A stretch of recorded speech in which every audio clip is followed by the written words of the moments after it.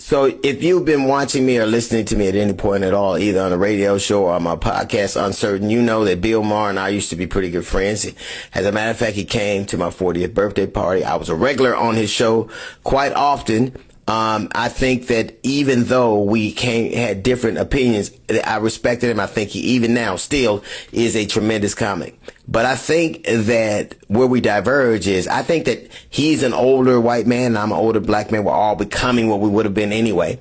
And I think it's harder for me to listen to him now because it's so diametrically opposed to the dynamic I once had with him. Case in point, this episode this Friday, and one of the segments of the show is he was talking about the Barack Obama Presidential Library. And one of the things he said was, couldn't the money have been spent, on something else? And he talked about how garish and basically how obscene the structure looked.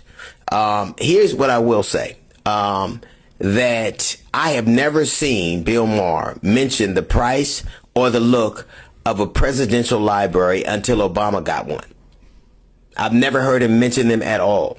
And it's a fairly common refrain. He always has the vantage point of a white guy. When you're a white guy and you're an older white guy, you're a single white guy, you're a straight white guy, you're a rich white guy, you tend to look at things from that prism. That obviously you all are. But to intimate, that I just don't understand why I never heard anybody, particularly this man, talk about, how garish a structure was and how much it was. I didn't hear him talk about Bill Clinton's structure. I didn't hear him talk about George Bush's structure or Ronald Reagan's structure. Presidential library is Obama that kind of draws his ire.